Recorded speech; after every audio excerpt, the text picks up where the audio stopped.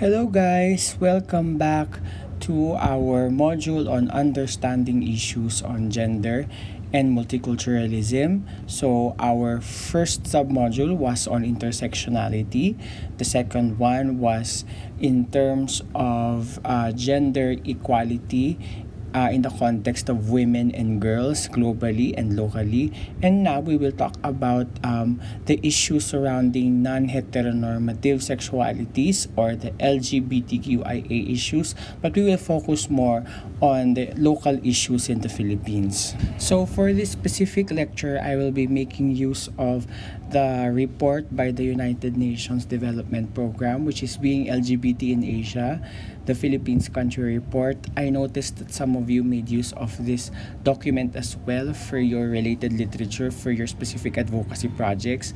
I will be including in this module the link to that document. So just in case you cannot access this YouTube video, you'll be able to learn about the issues that I'm talking about in this module.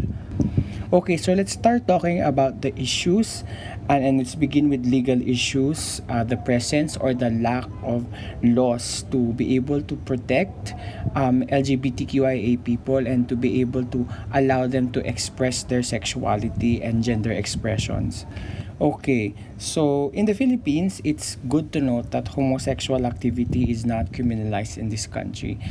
That's a good thing because there are other countries like, for example, Brunei and some pure Muslim and Arab countries that criminalize homosexual behavior. So in the Philippines, since the middle of Spanish occupation, homosexuality is not considered a crime. However, it is important to note that even though there are no legal punishments for being homosexual or LGBTQIA in the Philippines, LGBTQIA people are still experiencing trauma and stigma and discrimination on a day-to-day basis. And in the future parts of this document, you'll be able to see how this happens.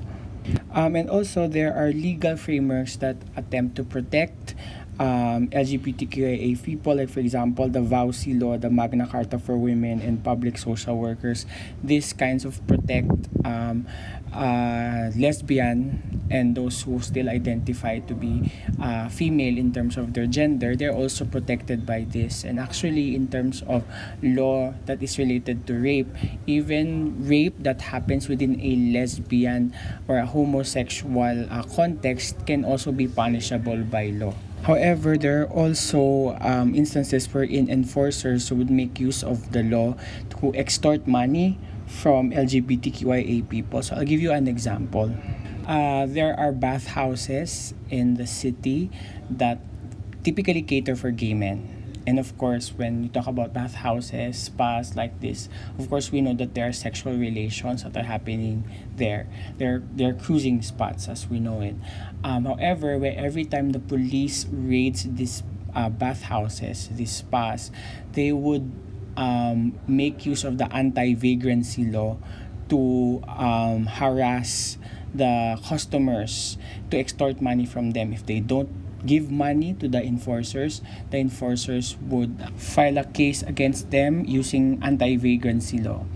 And this is the reason why some bathhouses and some spa goers no longer make use of condoms, because they know that it can be used against them to extort money from them. So therefore, lesser condom use, higher rates of unprotected sex can lead to higher likelihood of contracting STIs and HIV. And it circles back to the stigma that the homosexual sex among gay men is frowned upon by society. That's why they have to go to these secret illegal places in order for them to find a suitable mate, because they could not do that publicly. So this is a stem of problems, health problems even, that span from basic LGBTQIA discrimination. So in the Philippines also, we still don't have same-sex marriage, civil union. So if you get married, even in the States, and there's all documents that you, both men or both females, are married, when you go back here in the Philippines, that will not be counted as a proper civil union, because according to Constitution, marriage is only between men and women. And then at the moment, we have the anti-discrimination SOGI bill filed in the lower and upper houses. However, there's a very slow movement in terms of passing this law because we have so many dissenters in both houses, and we still have to see whether or not this is something that will come to fruition in the future. And it is still illegal for transgender people to change legal sex. And the only way that you can change your sex is when it's because of clerical areas, or if you're intersex and it's time for you to decide which sex you are going to align yourselves with. But if you are transgender, even after post-operative sex reassignment surgery, and of course you look as someone from the opposite sex, you still cannot change your sex at birth. So that can cause a lot of confusion and discrimination against transgender individuals. Now let's look at specific policies by certain agencies that are related to LGBTQIA issues. So Civil Service Commission prohibits discrimination against LGBTQIA+. So if you are going to be working in the public sector in the future, then you can appeal to this policy just in case you have been attacked or discriminated because of your gender or sexuality. Next, some LGUs have adopted anti-discrimination ordinances like Marikina, Davao, I think, also has a anti-discrimination ordinance for LGBTQIA people. So at the moment, most of the policies that are to safeguard LGBTQIA welfare are done at an LGU level. So it's based on the political will of the heads of the local government units. However, in both public and private sectors, while there are policies, sometimes LGBTQIA Filipinos are still expected to act in quote-unquote acceptable manners. So you have to control your gender expression, you have to control your sexuality. You cannot blurt it out as heterosexuals do, which is, of course, as we know, this world is unfair for people who do not fit that heteronormative standard. So that's very sad. And some private institutions adopt LGBTQIA friendly policies and are engaged in advocacy activities. Like, for example, Globe recently allowed that the benefits of an employee could be extended to a same-sex partner, given that, although there's a big blunder there, because it's given that they are married, they have a document that says that they're married. So in short, in order for you to have that extended benefit, you have to get married elsewhere in another country where same-sex marriage is done. Like, for example, the nearest one that you have is in Taiwan. So but however, there are other also multinational companies, like for example IBM. I heard you can also extend your health benefits to your registered same-sex partner. And then let's go to the cultural and social attitudes in relation to LGBTQIA. So there is an increasing tolerance for LGBTQIA+. So again, that's just tolerance, meaning you're just allowed to exist within a given heteronormative parameter. Next, conditional acceptance and then normalization of stereotypes. So conditional acceptance means, yeah, okay lang sa akin na bakla ka. It's just okay that you're tibo. It's just okay that you're trans, as long as you act heteronormatively. You don't act it out so much. You don't cause any flair, or you don't get too much attention, etc., etc. And that's very, very frustrating. And of course, there's this normalization of stereotypes wherein, of course, gays are always looked into as people who are promiscuous and are automatically labeled as people who are high risk for HIV even if they're not sexually active. And then also we know trans people are always stereotyped as manloloko or deceptive of their gender because it's different from their sex at birth.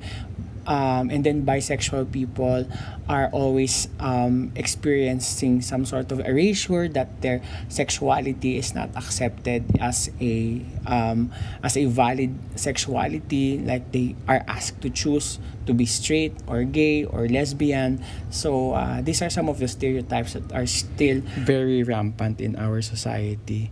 So next, there is increasing visibility in the media. So there are more LGBTQIA people who are appearing in different forms of media. However, there are still strict policing measures that are done by the conservative sectors of society. Like for example, the MTRCB has a very weird way of censoring LGBT themed films. Like they would really censor films that present lesbian or gay relationships or even intersex issues, but then they would allow films that would promote violence, like for example Marvel films, war films, and they would get a PG-13, and then as when there's a kissing part, it becomes R18, no? So I mean, kissing between two men or between two women, it becomes suddenly R18 without any sort of violence. So it's really weird. Like for example, Disney decided to pull out Love, Simon, which is a very wholesome film except for just one simple kiss between two men. And then they allowed the whole Marvel cinematic universe there, where there's a lot of punching and a lot of deaths and everything. Anyway, so let's go to the next sector of society that has a big sway in terms of LGBTQIA related policies and decisions in life: religion. So the Catholic Church, which is of course the majority in the Philippines, the church opposes efforts to provide legal protection for LGBTQIA Filipinos. They're the first one to march against SOGI bill. So yes, the Bible and in the Quran, they justify this refusal of passage for LGBTQIA by using this faithful books or books of faith. Offering reparative therapies for LGBTQIA people. So there are certain religions, especially in the States, that make use of conversion therapy, which again is already criminalized in the States. I'm not sure in the Philippines, but it's criminalized in the States to do gay conversion therapy because they are subjected to a lot of physical and emotional and psychological trauma just to turn them from gay or lesbian or bi to straight. So, yeah, religion is one of those who wants to do some sort of reparative therapies for these people. Next, we have education. So what does the education sector do for LGBTQIA people? So academic freedom is often used by educational institutions to justify policies against gender non-conforming students. So for some universities or some schools, they do not allow trans women to wear makeup or to wear clothes that are for females, because they would say this is not discrimination, this is school policy, and this school policy is embedded in the constitution, wherein schools are allowed to express their academic freedom. So it's like discrimination veiled or justified using academic freedom. Gender insensitivity is still part of the existing curriculum, like teachers, and this is not only for LGBTQI issues, this is also for in relation to patriarchy. So a lot of misogyny and patriarchy is being ingrained in students in all the classes by the teachers that were very conservative. So they are being bullied for being LGBTQIA. Of course, I experienced that personally, not just with students, but also the teachers are also participating in these discriminatory acts. So, and then of course, there's not much education on SOGI for basic education, which there should be. And of course, not only SOGI education that is missing in basic education, sex education in general, age-appropriate sex education in general is also not found in most schools. And if you remember the special lecture that I asked you to attend in the Brother Andrew Gonzalez Hall back in I think February, early February, the PhD candidate Zara Evangelista, she in her research, she kind of demonstrated that in Britain and in the Philippines, there is an issue of safety when you are an LGBTQIA person in the university. So there's also the feeling of discrimination, and also there's a feeling of what we call internalized homophobia or internalized LGBTQIA stigma. Internalized LGBTQIA stigma or internalized homophobia means that you have already embodied the negative narratives that has been taught to you by society. So those kinds of things. And also, human rights education is something that is very much missing in basic education. And if you remember, human rights approach is very much important in terms of rallying behind sexual minorities. Next is LGBTQIA and health issues. So there's a stigma against MSMs. MSMs is men who have sex with other men, because we cannot just call them gay persons, because there are bisexual men, there are gay men, there are pansexual men, and there are also straight men who engages in sex with other men. So we cannot call gay people as the ones who gets HIV or whatever. So MSMs and trans people with HIV and STI. So again, one of the reasons why there is a difficulty for people to cope with HIV, especially MSMs and other sexual minorities, is that they experience a double type of stigma. So first one, there's stigma of being sick of HIV or any form of STI. At the same time, they're experiencing their stigma for their sexual orientation. And this is one of the treatments, not really treatments, but one of the therapies that are being done for patients who are newly diagnosed with HIV, that there should be given some sort of psychological assistance as well, as like aside from, of course, health assistance. They also get psychological assistance through group therapies, to one-on-one consultations for them to be able to cope with the anticipated stigma that they could get because of being HIV positive. And again, let me lay down this truth. People who have HIV, gay men who have HIV, didn't get HIV because they were gay. They got HIV because they did unprotected sexual intercourse. Okay? Because there are so many people who can get HIV and they're not gay. So remember that your straightness is not a protection against HIV. Condoms are protection for HIV, not your straightness. Next week, also need to discuss about psychosocial health needs of LGBTQIA, because compared to their cis hetero counterparts, LGBTQIA people are exposed to more psychological stress because of the daily discrimination that they can have because of their SOGI. So it's a good thing that we already have the Mental Health Act now. So their needs, there's psychosocial needs could be met because there are more resources mobilized for everyone, not just LGBTQIA people, for their mental health. There is lack of capacity to care for trans-specific health needs. Like since being trans is not completely accepted in this society, so hospitals and medical professionals are not trained to handle trans-specific issues. Like for example, what if there are complications in sex reassignment surgery? There's not many medical professions in the Philippines who will be able to address that. Or if there are issues in terms of hormone replacement therapy, like they're taking hormones in order to suppress their sex at birth hormones. So if there are complications to that, there's not many medical professionals who are trained, because again, that's not part of the curriculum in general of medical professionals. Even as when I was being trained as a nurse, we didn't discuss about what are the side effects of hormone replacement therapy, because there was an understanding that we are going to take care of a heteronormative populace in this country. So we weren't trained to do that, and I would also think that a lot of medical professionals aren't trained for that as well. So again, there's a very limited human resource and physical resource for trans people to go to for their very trans specific needs.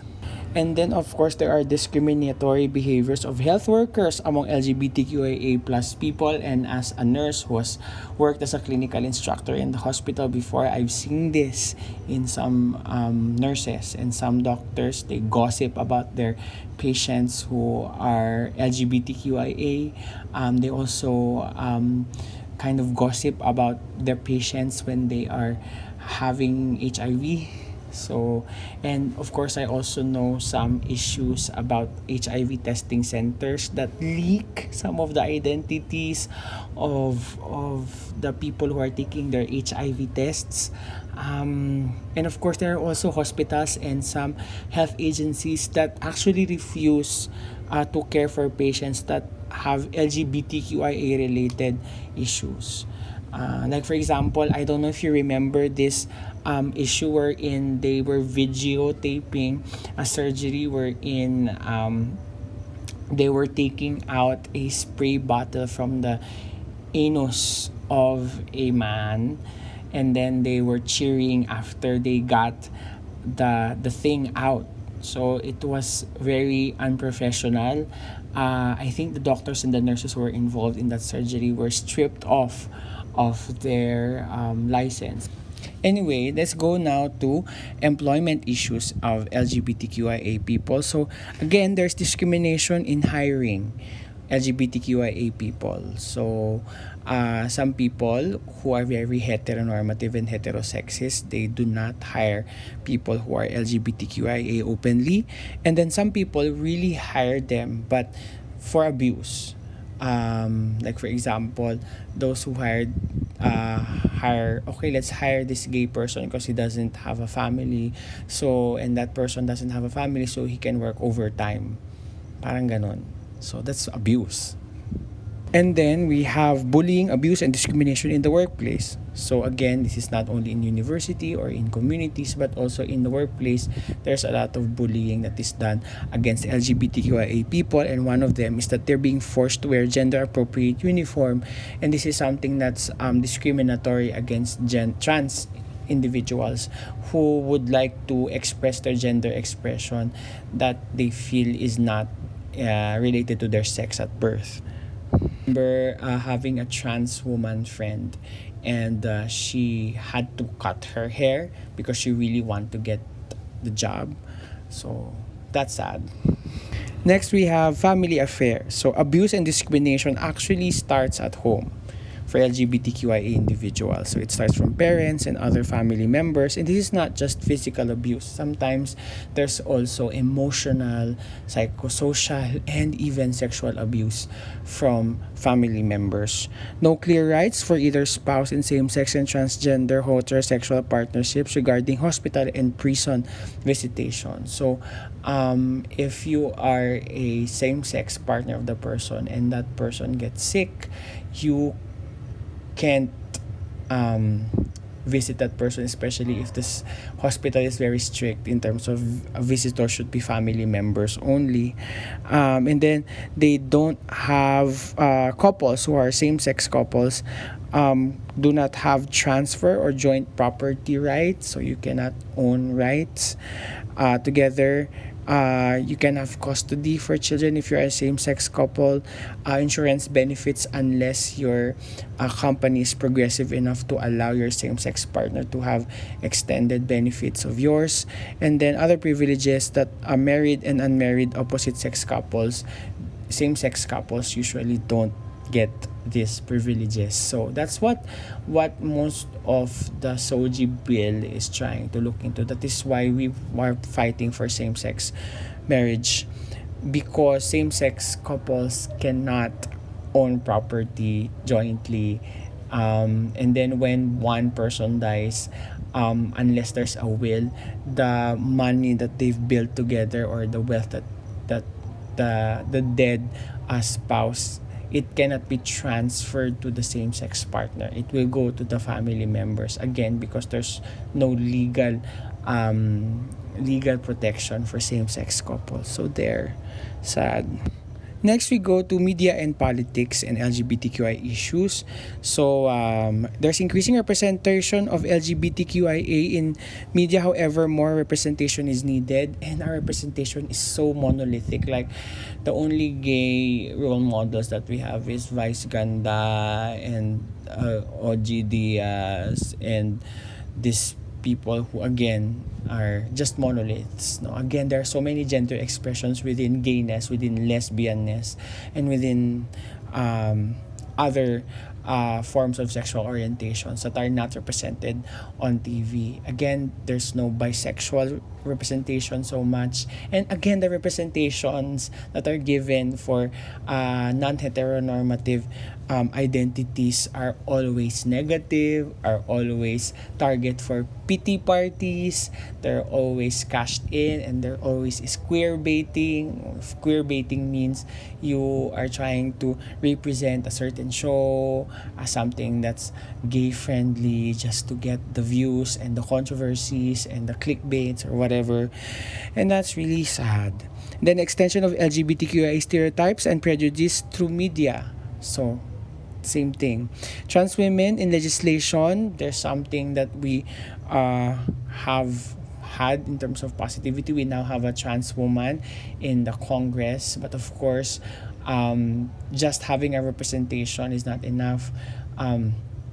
There's also an issue of her voting for death penalty, which is again very not much aligned to LGBTQIA welfare protection, because again, our activism should be based on human rights, and taking away lives is not something that's aligned to LGBTQIA advocacy.